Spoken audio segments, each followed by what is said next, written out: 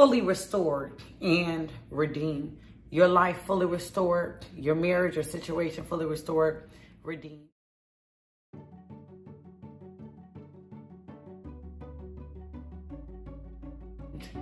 Welcome back to Prophetic Diary. My name is Tiny. If you're not already subscribed to this channel, go ahead and click on the subscribe button to become a channel member as well. Here at Prophetic Diary, keywitnesses.com is how you can sign up for that one-on-one encouraging coaching call. Let's talk about your kingdom marriage. Let's talk about your future. Let's talk about the plans that the Lord has over your life. PD Society circles every Sunday. This Sunday, we're going to be talking about your anointing. Where does it come from? Are you anointed? Have you stepped into it? Are you operating in your anointing? You need to know these things that happen on and goes on in the spiritual. Because if not, your life is going to be mundane and stagnant. And we don't want that here at Prophetic Diary. The single and ready series is creeping up on us. Are you ready for a kingdom marriage? Is that your God-ordained spouse? Are you, if you're on the dating scene, are you standing? Are you believing correctly? Sign up for the single and ready series. We must be prepared. This is kind of flowing from the word that I gave a moment ago. This is the part 2 word. Talk about engagements in my last video, so make sure you check that out. But this one is more so God saying that he's a keeper, that he's a redeemer.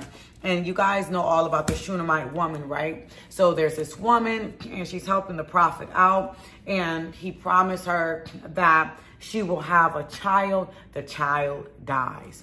The child dies. The prophet comes back, and the prophet rests over the body of the child and redeems the woman and her child's life. And that is in 2 Kings 4:32. And we can go to it together. The reason why the Lord gave me 2 Kings 4:32 for you guys is because this woman was kind of complacent in her life, right? She was just a giver, and she was just giving on to this prophet, and she really never asked for the child.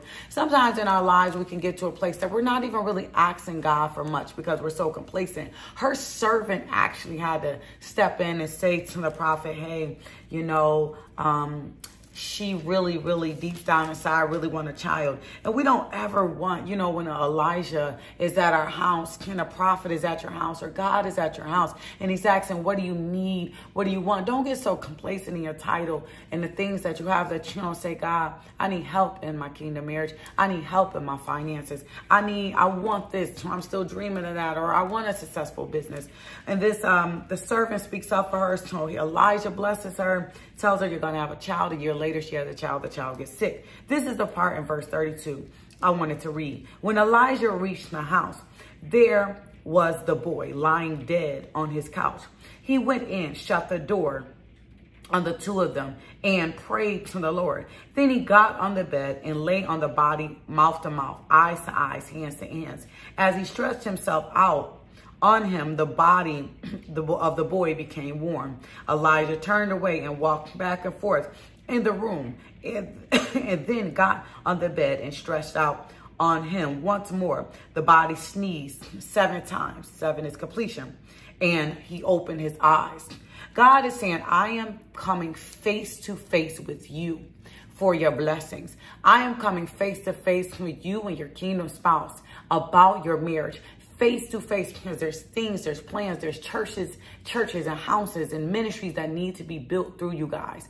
He's coming face to face. Elijah laid out on this dead situation. Elijah laid himself. God is about to lay himself over your dead situation. This is for whoever's tapped in. This is for my subscribers out there. This is for those who put in the hard work here with me at Prophetic Diary. He laid over the dead situation until it became warm. Don't despise small beginnings. You're going to start to see your spouse and yourself. The relationship will start to warm up before it starts to boil. Before this young boy sneezed, the Bible says his body got warm. Elijah was able to warm the situation up. And the situation for you, this is for somebody, I'm prophesying, is warming up. It's heating up. Your love life is heating up. Your future is heating up. Things are heating up in your life. Make sure you share this word with somebody.